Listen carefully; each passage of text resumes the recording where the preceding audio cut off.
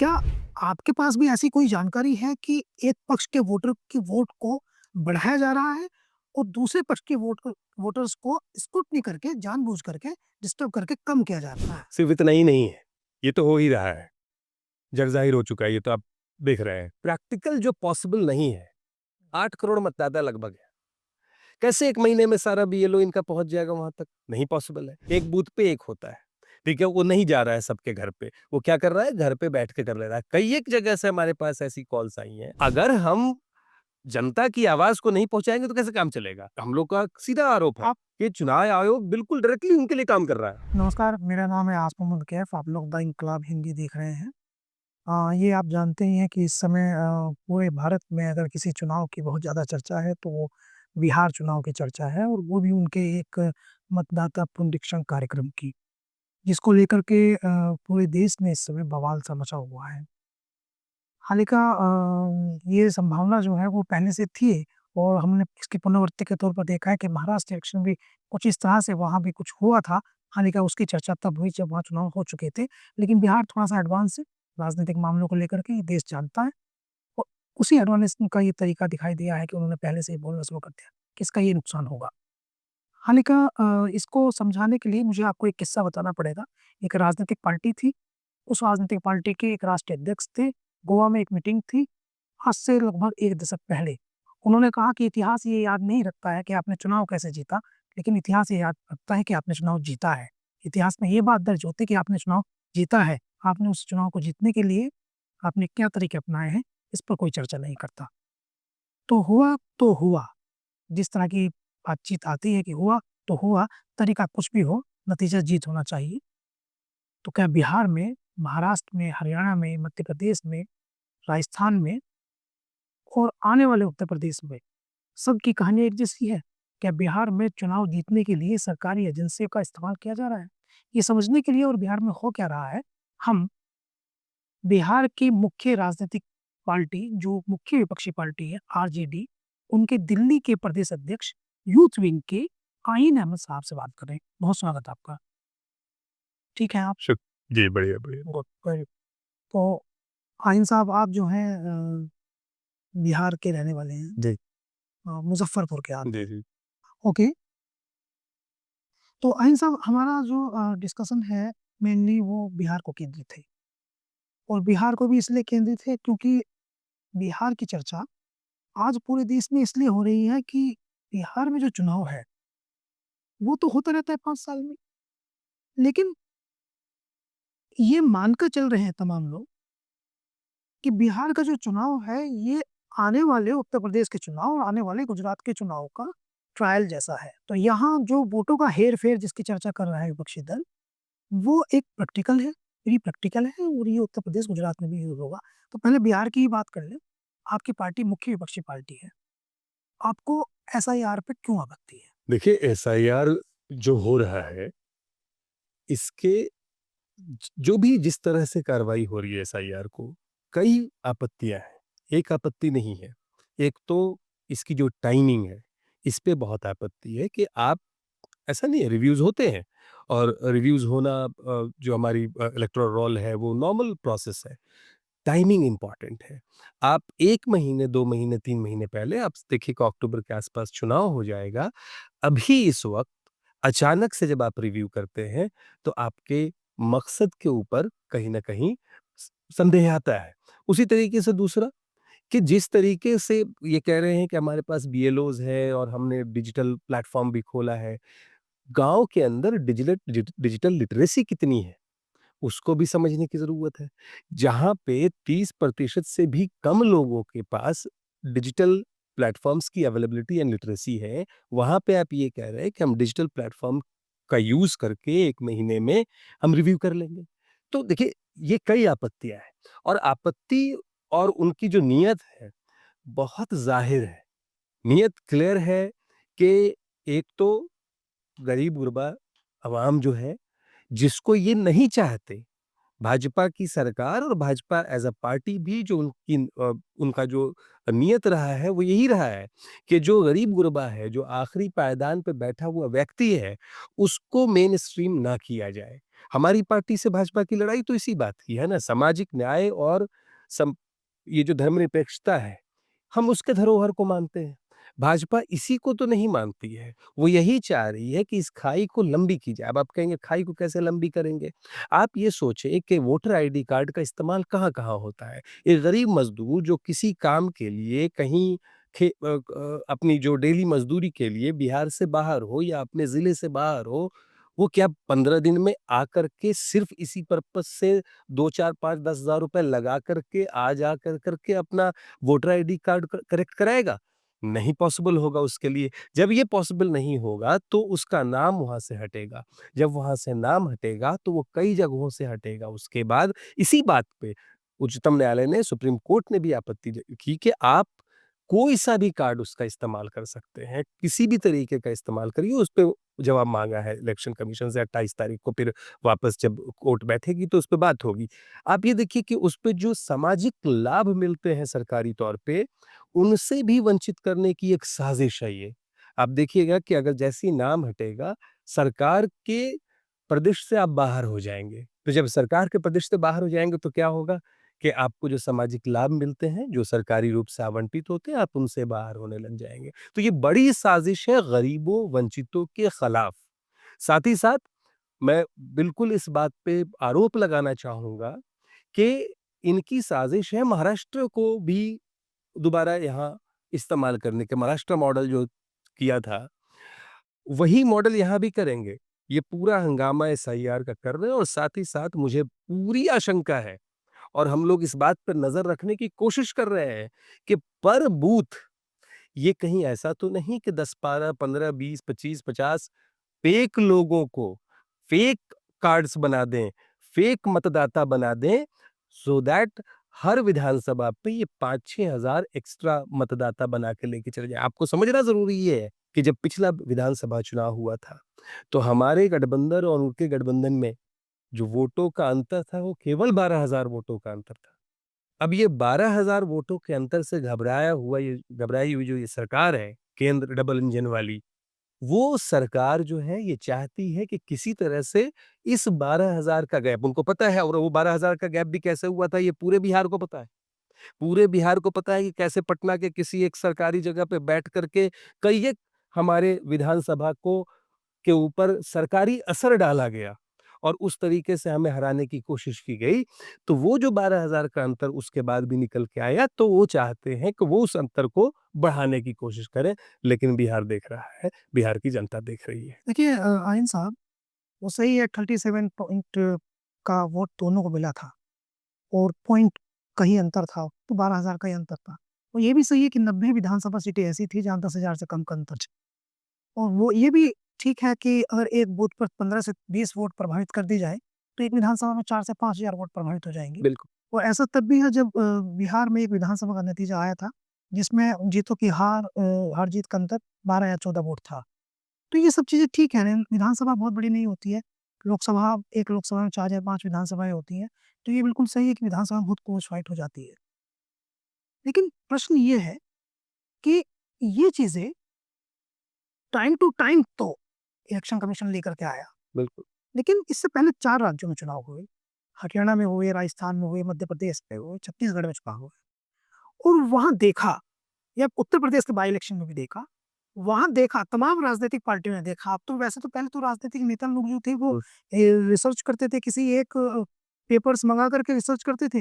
लेकिन अभी तो बिल्कुल हालत बदले हुए हैं, अभी तो सब डिजिटली रिसर्च हो जाता है, राइट। तो आसान है। यानी आपके नेताओं ने भी देखा, आपकी पार्टी ने भी देखा और आपने देखा महाराष्ट्र में अभी के अभी ही हुआ और आपने देखा उससे पहले 4 स्टेट में भी कुछ-कुछ ऐसा ही हुआ। हुँ, बाई इलेक्शन तो ऐसा हो ही रहा था। बिल्कुल, बाई इलेक्शन तो आप कह सकते हैं कि वो सैंपल था। बिल्कुल। बाई इलेक्शन में तो ऐसा हो रहा है, बिहार में बाई इलेक्शन में ऐसा तो तभी तो आपकी 125 सीटें थी, आपके पोजीशन की 129 हो गई।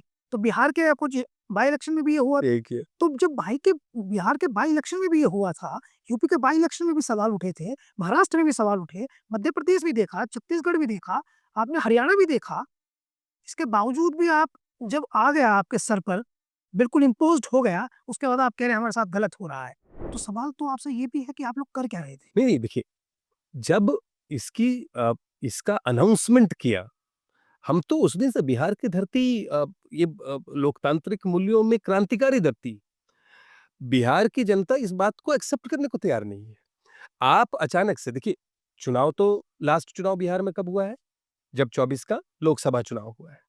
अगर नीयत साफ थी सरकार की, 2024 के चुनाव के बाद आप करा लेते।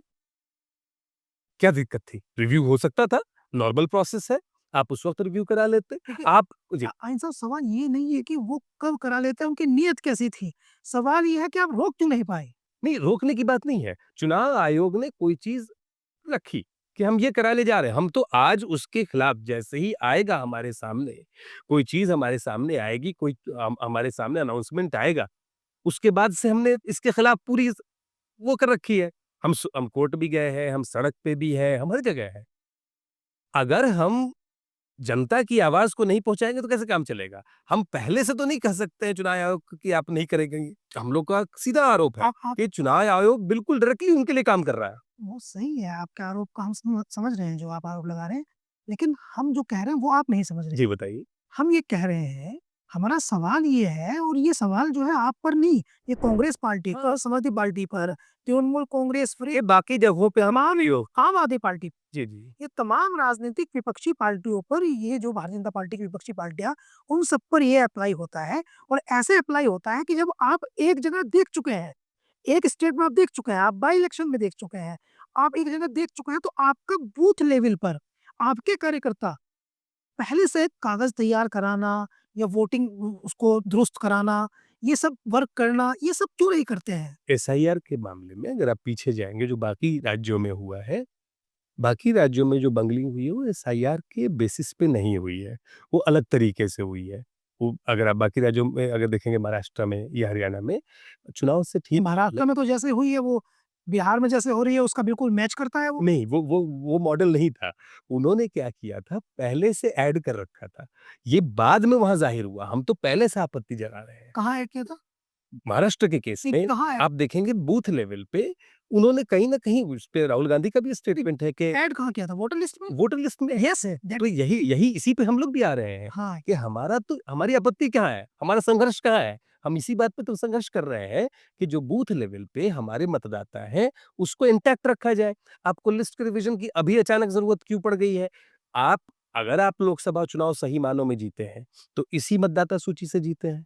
तो जब इस मतदाता सूची से जीते हैं, या तो आप कहिए कि आप गलत तरीके से जीते हैं, गलत मतदाता थे।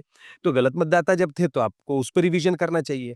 जब उसी मतदाता सूची से आप जीते हैं, हमारे संघर्ष इसी बात का है कि उस मतदाता सूची को जो बूथ लेवल का मतदाता सूची है, उसको परिवर्तन करने की अभी क्या ज़रूरत पड़ रही है?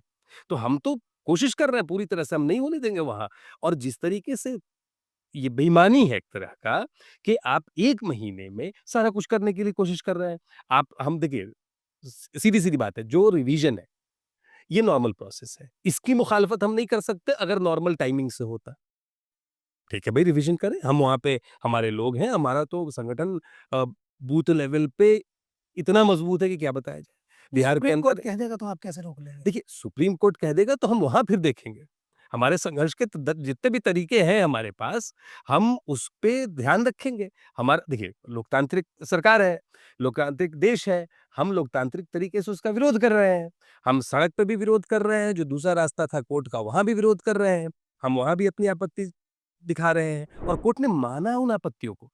कोर्ट ने माना है कि आपका काम इलेक्शन कमीशन का काम देखिए इसको नागरिकता वाले लेवल पे भी ले जाने की कोशिश थी। इस पे गरीबों को उस चीज़ से हटाने की भी कोशिश थी कि सामाजिक जो सहायता की चीज़ें हैं, वो सरकार की ना जाए वहाँ तक।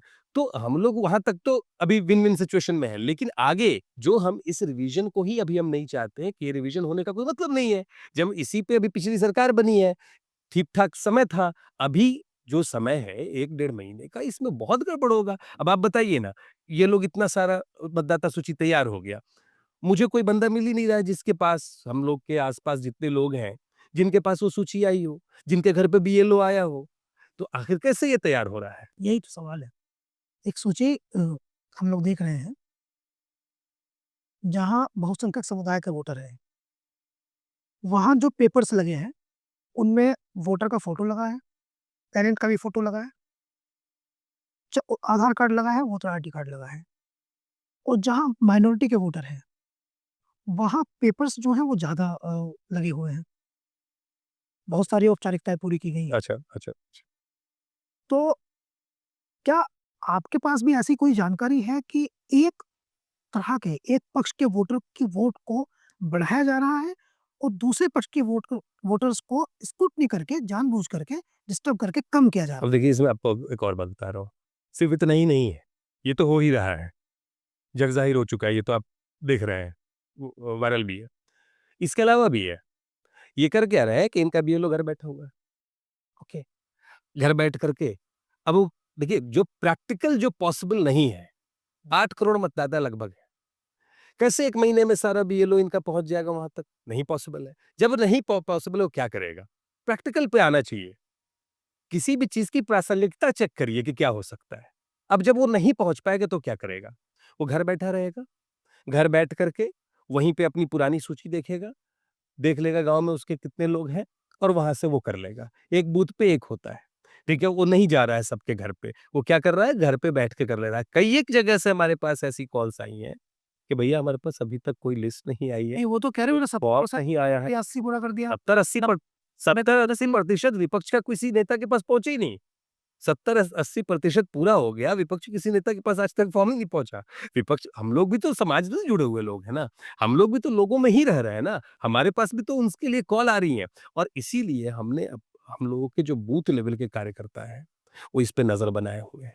हम लोग संघर्ष को जारी इसीलिए रखेंगे, चूँकि वो नज़र बनाए हुए हैं कि हमारे किन लोगों को काटने की कोशिश कर रहे हैं ये। यही तो प्रॉब्लम है, आप लोग तो नज़र ही बना रहे हैं। नहीं, नहीं, नज़र बनाए हैं और देखिए बिहार बहुत अलग है। आप हुँ। बिहार को बाकी राज्यों के राजनीतिक पृष्ठभूमि से जोड़ के मत देखिएगा। हम लोग इसको छोड़ेंगे नहीं इस मामले को और जिस तरह से एक समझिए कि लोकतंत्र की हत्या हो रही है यहाँ पे। आप मतदाताओं को काटने का मतलब आप उनके जीवन को ये सिर्फ़ वोटर लिस्ट से हटा नहीं रहे आप, उनके जीवन को सरकार की नज़र से हटा रहे हैं। अभी तो कह रहे हैं आज ही तो इलेक्शन कमीशन ने कहा है बिहार में कि वहाँ पर हम लोग इसलिए इसका पुनरीक्षण कर रहे हैं क्योंकि यहाँ विदेशी वोटर वोटर लिस्ट में ऐड हो गए हैं और बड़ी संख्या में ऐड हो गए हैं। तो उस पर आपकी पार्टी के नेता हैं तेजस्वी यादव, उन्होंने ये कहा है कि 20 साल से बिहार में आप ही लोगों की सरकार है, तो ये विदेशी वोटर कैसे ऐड हुए? तो आपको जवाब देना पड़ेगा। मगर ये विदेशी वोटर ऐड होने वाली जो स्थिति है, ये नेपाल बॉर्डर है, बांग्लादेश बॉर्डर है, ये क्या है बांग्लादेशी आ गई या नेपाली आ गई, क्या इसकी थ्योरी है?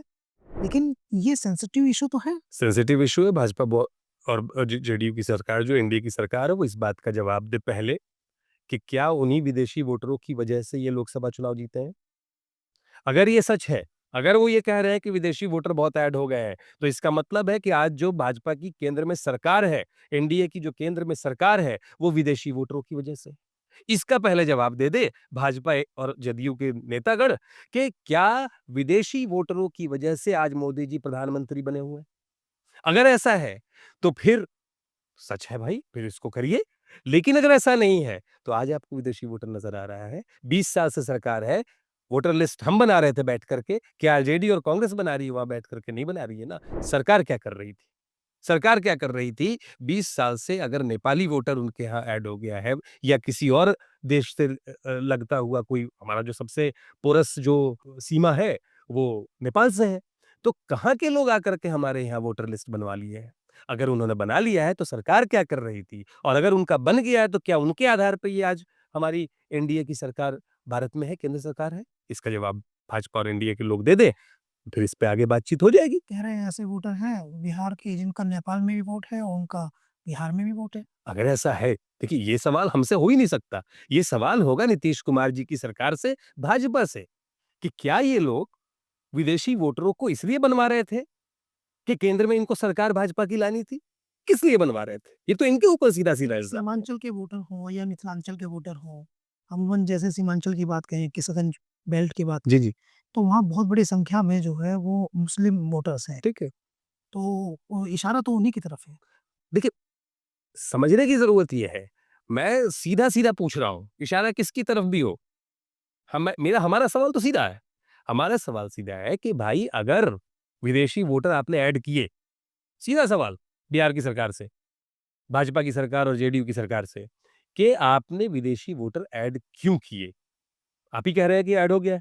तो आप बताइए क्यों किए? क्या इसलिए किए कि उन विदेशी वोटरों का सहारा लेकर के आप केंद्र में सरकार बनाना चाहते थे?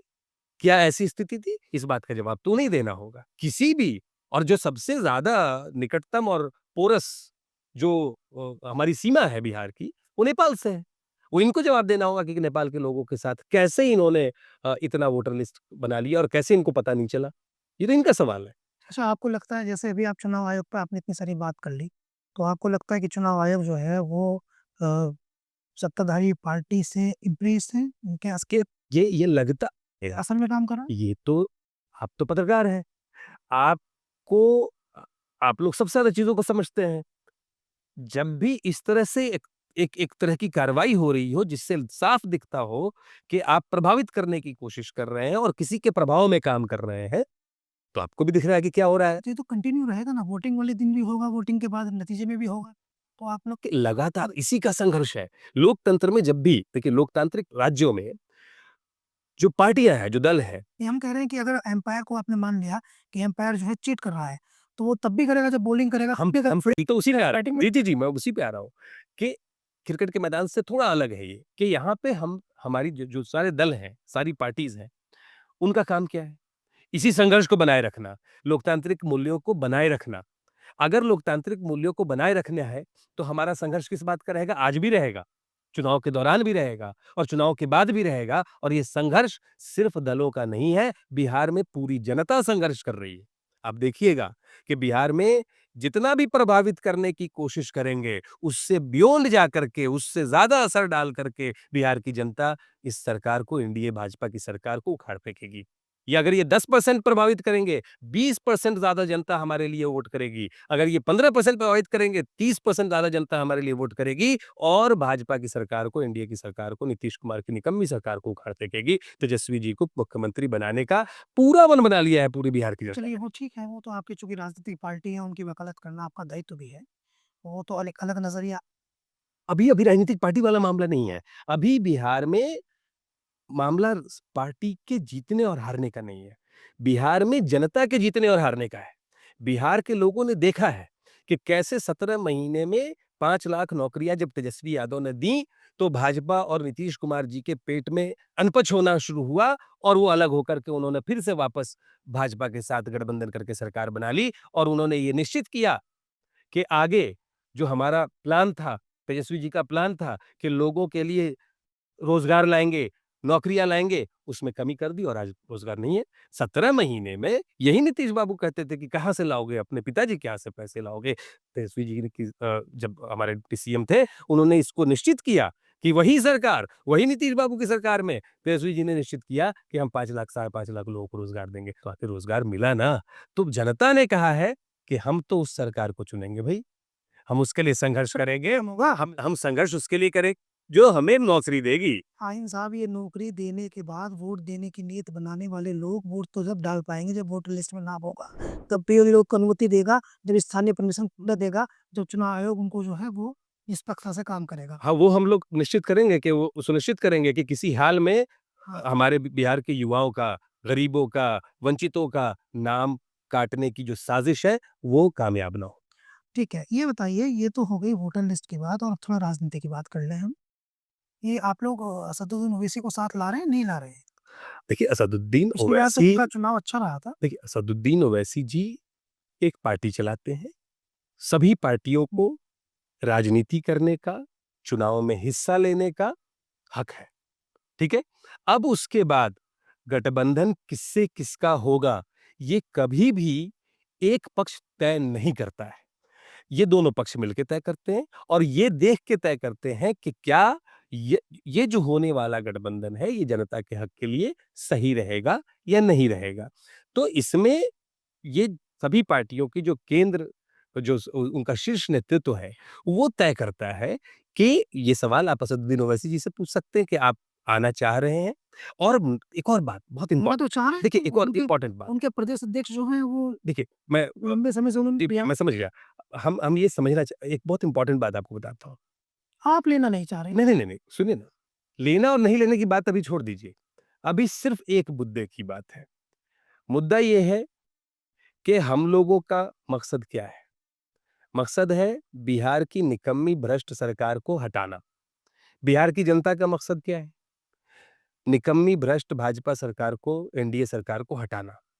जो कोई भी, मैं किसी पार्टी को नहीं कह रहा हूं, जो कोई भी निकम्मी भ्रष्ट सरकार एनडीए और भाजपा की जो है उसको हटाना चाहता है, वो उस तरह से काम करेगा जिससे ये भाजपा सरकार हटे, ये एनडीए सरकार हटे।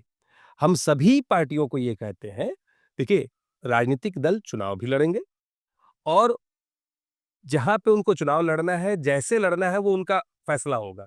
लेकिन हमारा ये होगा कि सभी राजनीतिक दल जो चाहते हैं भाजपा को हटाना है, वो ये सुनिश्चित करें कि भाजपा कैसे हटेगी। ये सुनिश्चित ना करें कि मुझे सीट कितनी मिलेगी।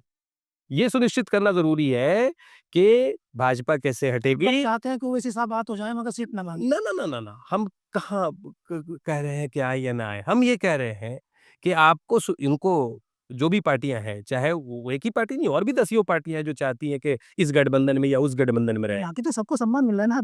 हैं। अभी आप लोगों ने इलेक्शन कमीशन अभी एसआईआर के खिलाफ आपने प्रदर्शन किया। आपका जो मंच दिखाई देता था उसमें राहुल गांधी थे, उस मंच पे मुकेश सहनी भी दिखाई दिए, तेजस्वी तो थे उस मंच पे, पप्पू यादव को गिरा दिया और कन्हैया को चढ़ने नहीं दिया और मुसलमान तो कोई था ही नहीं उस पर। नहीं, नहीं, नहीं, बिल्कुल फैक्चुअली गलत। कैसे? अब बता रहा हूँ। मंच जो था महागठबंधन का मंच था। ठीक है। उस मंच पे महागठबंधन के जो ज़िम्मेदार का मतलब जो किसी उस तरह के पार्टी के पोस्ट पे हैं, उस तरह के लोगों का था, जो शीर्ष नेतृत्व था। शीर्ष नेतृत्व कांग्रेस का राहुल गांधी जी थे, उनके प्रदेश अध्यक्ष थे, उनके सीएलपी थे। आप मुसलमान नाम ले रहे हैं, इसलिए मैं नाम ये बताना चाहता हूँ। फोटो एक ही एंगल वाला चलाते हैं ना लोग, दूसरे एंगल पे देखें शकील अहमद खां थे, ठीक है?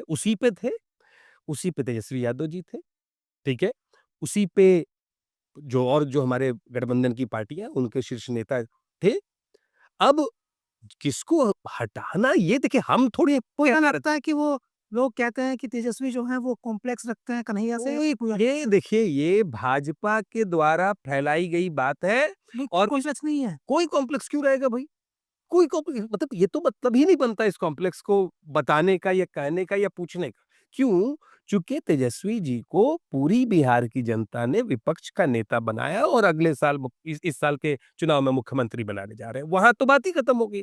अब जितने भी हमारे सम्मानित नेतागण हैं, उन सभी का पूरा सम्मान है, लेकिन मंच का एक अपना डेकोरम होता है और उस मंच के डेकोरम को पप्पू यादव पूरा नहीं कर रही। नहीं, नहीं, पप्पू यादव पूरा नहीं, क्या गलत ना। पप्पू यादव जी को ये सवाल अपनी पार्टी के अंदर पूछना चाहिए या कन्हैया कुमार जी को भी ये सवाल अपनी पार्टी के अंदर पूछना चाहिए कि मुझे क्या इस मंच पे आना था? देखिए, हम लोग भी सब लोग तो जाते हैं ना, प्रोग्राम्स में जाते हैं, तो हम लोग को पता होता है ना, तय रखते हैं ना कि हमको उस मंच पे चढ़ना है कि नहीं चढ़ना है। हम थोड़ी ना ऐसे चले जाएँगे। तो क इसीलिए आप देखिए क्या कन्हैया कुमार जी ने कोई कोई बात कही है? क्या पप्पू यादव जी ने कोई बात कही है इस पे? कि हमें मंच पे नहीं चढ़ने दिया गया है? देखिए, मंच कोई मतलब नहीं होता है, सब सम्मानित नेता हैं, सब जनता के नेता हैं। इन लोगों को मंच की क्या ज़रूरत है? वो तो देखिए मंच जहाँ पे जितना अब एक ट्रक में कितने लोग चढ़ जाएँगे? जहाँ पे जितना मंच है, उसके हिसाब से हमारे सम्मानित नेतागण हैं और इन सब का सम्मान सारी पार्टियों को है। लेकिन पार्टियाँ तय करती हैं कि कहाँ पे कौन-कौन हमारी पार्टी से रिप्रेज़ेंट करेगा। जहाँ पे मुझे रिप्रेज़ेंट करना होगा, वहाँ पे मैं रिप्रेज़ेंट करूँगा। जहाँ पे हमारे सम्मानित दूसरे नेताओं को रिप्रेज़ेंट करना होगा, वहाँ पे वो करेंगे। जहाँ पे हमारे शीर्ष नेतृत्व को करना होगा, वहाँ पे वो करेंगे। ये प्रशांत किशोर किसे डेंट करेंगे? प्रशांत किशोर लोगों को वरगलाने का डेंट है। वो किसी को डेंट वेंट नहीं कर रहा है। वो लोगों को वरगला रहे हैं। वो थे मैनेजर, ठीक? उनको लगता देखिए होता क्या है, कभी-कभी मैनेजर को ये लगता है कि मेरी ही वजह से सब कुछ हो रहा है। एक मैनेजर है, अब वो किसी कंपनी में काम करने लगा। अब वो कंपनी अचानक बहुत अच्छा कर गई। तो उसको ये मुग़ालता हो जाता है, उसको ये कन्फ्यूज़न और खुशफ़हमी हो जाती है कि उसकी वजह से वो कंपनी बढ़ी है। ऐसा नहीं होता और राजनीति तो बिल्कुल अलग है। राजनीति तो मैनेजरों की वजह से बिल्कुल नहीं चलती। ये जितनी जल्दी ये लोग मैनेजर लोग समझ जाएँ, उतनी जल्दी अच्छा है। कि राजनीति चलती है जनता से, जनता के साथ कनेक्ट से, कैडर से, लोगों की सोच से, हम लोगों के लिए क्या सोच लेके आ रहे हैं उससे। आप एक मैनेजर थे, अच्छी बात है कि आप सही वक़्त पे सही लोगों के साथ जुड़े हुए थे। उसकी वजह से आपने बहुत कमाया होगा या बहुत अच्छा नाम कमाया होगा या पैसा कमाया होगा, वंडरफुल। बहुत अच्छी बात। लेकिन राजनीति करना अपने आप में और मैनेजमेंट करना या मैनेजर बनना ये 2 अलग-अलग चीज़ें हैं। राजनीति करते वक़्त आपसे सवाल पूछा जाएगा। आप सैलरी पे रख के लोगों को आप ये कह रहे हैं कि हम राजनीति कर रहे हैं, ऐसे थोड़ी ना होता है। तो राजनीति करते वक़्त जनता की महत्वाकांक्षाओं को और जनता मालिक होती है, सबसे ऊपर जनता को रखना पड़ता है, जनता की इज़्ज़त करनी पड़ती है। पर इनकी पार्टी में जो कुछ हो रहा है, वो दिख रहा है कि किस तरह से जनता की इज़्ज़त हो रही है या नहीं हो रही है, इनको जनता जवाब दे रही है, इस बार बिहार किसी को डेंट नहीं इस मार बार रहा है। बिहार चुनाव में नीतीश बाबू क्यों हारेंगे? देखिए, नीतीश बाबू को 20 साल जनता ने मौका दिया। इस डबल इंजन की सरकार भी लगभग 10-11 साल से है। जनता ने देख लिया कि जनता की महत्वाकांक्षाओं पे, जनता की जो ख़्वाहिशें थीं, जिसके लिए उनको वोट मिलता था, उन सारी जगहों पे वो क्या कर रहे हैं। युवाओं के लिए आज की डेट में तो कॉपी कैट हो गए हैं। हम माँग रखते हैं, हम कहते हैं हम ये करेंगे, वो कहते हैं चलो हम ये कर देते हैं। उनको एक्चुअली समझ नहीं आ रहा है कि मुझे करना क्या चाहिए था। उनको ये पता है, बहुत अच्छे से पता है कि 20 साल में बिहार को लूटने के अलावा इस एनडीए सरकार ने कुछ नहीं किया है। 11 साल में डबल इंजन की सरकार हम लोग तो उस वक़्त सरकार में थे जब हमारे केंद्र की सरकार स के गठबंधन में नहीं थे। ये लोग तो गठबंधन की डबल इंजन कहते हैं। डबल इंजन एक्चुअली हो रहा है क्या 2 इंजन चल के वो पीस रहा है, दोनों एक-दूसरे के तरफ चल रही है वो दोनों इंजन और कर क्या रहा है जनता को पीस रहा है, बिहार को पीस रहा है, बिहार के विकास को रोक रखा है।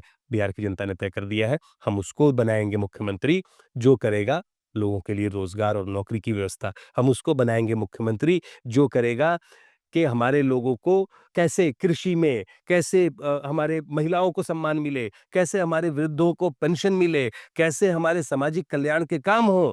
हम लोग सामाजिक न्याय और आर्थिक न्याय को स्थापित करने के लिए आएँगे और जनता ने तय कर लिया है कि तेजस्वी जी को मुख्यमंत्री बनाएँगे। बहुत शुक्रिया आईन अहमद साहब को आपने सुना, दिल्ली के आरजेडी के प्रदेश अध्यक्ष हैं, तो इसलिए इन्होंने अपनी ही पार्टी के प्रति वफ़ादारी को अपनी बातचीत में प्रदर्शित भी किया। नमस्कार।